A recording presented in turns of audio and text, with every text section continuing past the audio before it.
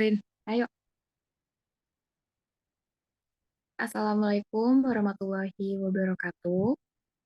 Yang terhormat Bapak Dr. Yuyus Kardiman, SPD MPD, dan Bapak Fauzi Abdillah, SPD MPD, selaku dosen pengampu mata kuliah Perspektif Global PPKN.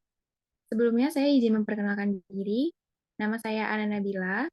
Saya dari Prodi PPKN Angkatan 2021 dengan NIM 140 1621 005.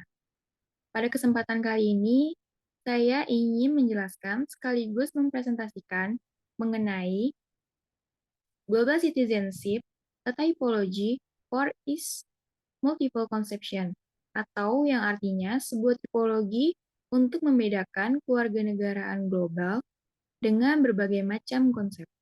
Sebelum masuk ke materi, kita harus tahu dulu apa sih itu kewarganegaraan global. Ya, conceptually, global citizenship education has different meanings from each person's perspective and is still subject of debate until this day. Why is that? Because its understanding and usage are depends on the context of GCE. Jadi, bisa kita tarik kesimpulan bahwa kewarganegaraan global itu istilah umum dari tindakan sosial, politik, lingkungan hidup, dan ekonomi dari individu maupun dari komunitas, yang dimana individu dan komunitas itu berpikiran global dalam skala dunia. Istilah ini dapat merujuk kepada bahwa individu merupakan anggota dari jaringan yang beragam, baik itu dari lokal maupun non-lokal. Dan individu itu sendiri itu bukan merupakan aktor tunggal, yang dalam arti setiap individu itu memiliki tanggung jawab atas kepentingan bersama. Jadi bukan hanya mementingkan kepentingannya sendiri. Lalu selanjutnya kita bisa membedakan 3 model kewarganegaraan global yang meliputi dikotomis, atribut, dan isme. Dalam model atribut ini menekankan kepada kebebasan individu dan kemampuan untuk beradaptasi dengan pasar bebas global yang kompetitif. Dari pendekatan ini, warga negara lokal maupun global, orang yang bebas berpergian melintasi negara yang satu dengan negara yang lain. Untuk hal ini, warga negara itu harus dibekali dengan keterampilan bahasa asing. Karena untuk mempermudah komunikasi antara satu sama lain. Jadi apabila tidak bisa berkomunikasi dengan bahasa asing, lalu bagaimana dengan kita menjalin komunikasi tersebut? Lalu, dalam pendekatan diktomis, pada perspektif ini menekankan kepada pentingnya hak asasi manusia, keberagaman budaya, dan tanggung jawab moral individu. Penting bagi warga negara global untuk menyadari isu-isu global yang sedang terjadi dan memiliki tanggung jawab moral untuk menyelesaikan sebagai tetangga yang baik hati, baik antara tetangga dalam negeri maupun dalam luar negeri, dalam komunitas global. Lalu, pendekatan yang terakhir yaitu pendekatan ISME, yang dimana pada pendekatan ini tujuan akhir dari GCE atau Global Citizenship Education, tujuan akhirnya itu untuk mentransformasi sistem global yang ada pada saat ini, yang dimana terdapat ketidaksetaraan ataupun ketidakadilan. Lalu, terdapat 8 konsepsi utama dari global citizenship ini. Lalu dikelompokkan ke dalam 2 bentuk atau tipe besar, yaitu kosmopolitan, yang mewakili serangkaian model yang pada dasarnya bersifat mainstream, dan serangkaian model alternatif yang berbasis advokasi.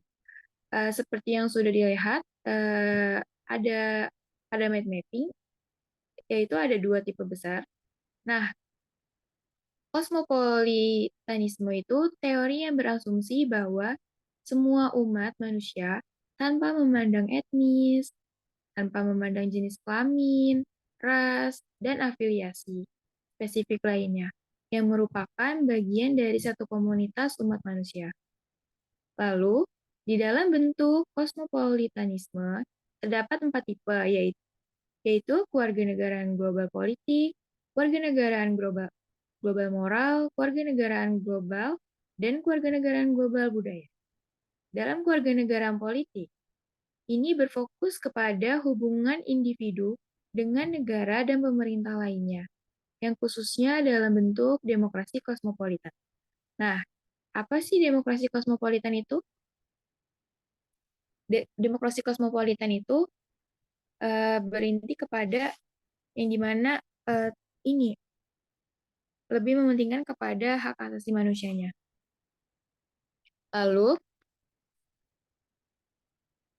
tipe kewarganegaraan yang bermoral itu fokus kepada posisi etis individu dan kelompok satu sama lain, yang paling sering menampilkan gagasan hak asasi manusia atau gagasan HAM.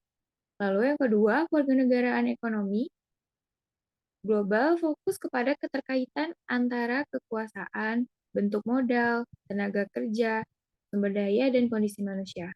Seringkali disajikan sebagai pembangunan internasional. Lalu yang keempat, kewarganegaraan global budaya fokus kepada simbol-simbol yang menyatukan dan memecah belah anggota masyarakat dengan penekanan khusus kepada globalisasi, seni, media, bahasa, ilmu, pengetahuan, dan teknologi.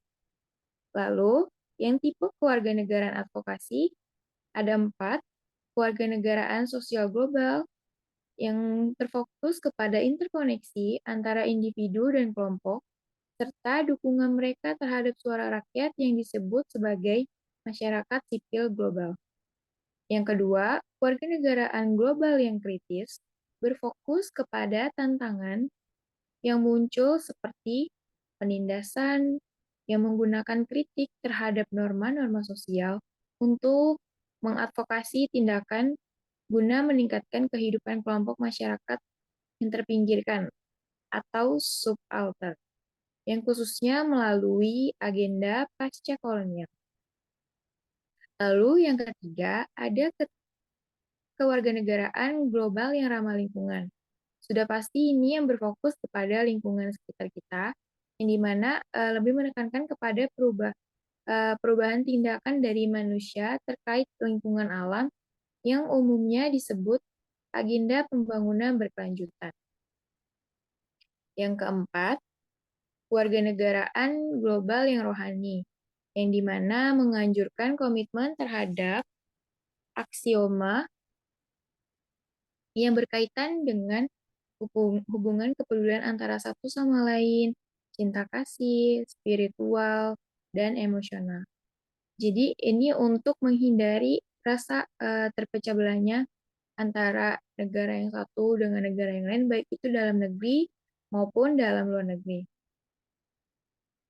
Jadi, kewarganegaraan global ini sangat penting khususnya untuk para generasi muda untuk berpartisipasi dalam berkomunikasi yang dimana tidak hanya untuk menjalin hubungan baik dalam sama warga negara dalam negeri aja, tapi juga ditekankan untuk berkomunikasi dan menjalin hubungan dengan warga negara yang berada di luar negeri ataupun yang internasional atau global. Jadi, bagaimana kalau misalnya warganegaraan global ini tidak terlaksanakan dengan baik? Jadi, dapat disimpulkan bahwa negara yang menutup ataupun yang tertutup, yang tidak terbuka, baik itu antara kerjasama antara luar negeri, baik itu sesama negara warga negaranya ataupun sesama pemerintahannya. Jadi itu bisa disimpulkan bahwa negara itu tidak memiliki kerjasama dan tidak mau memiliki hubungan dengan negara lain.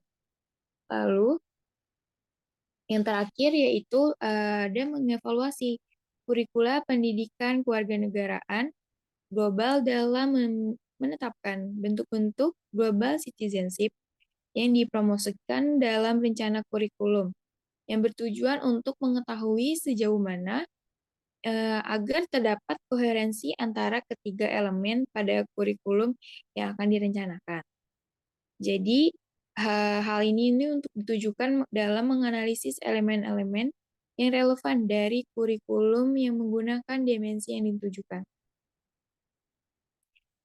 Cukup sekian dari saya, kurang lebihnya mohon maaf. Wabillahi taufik wa hidayah. Wassalamualaikum warahmatullahi wabarakatuh.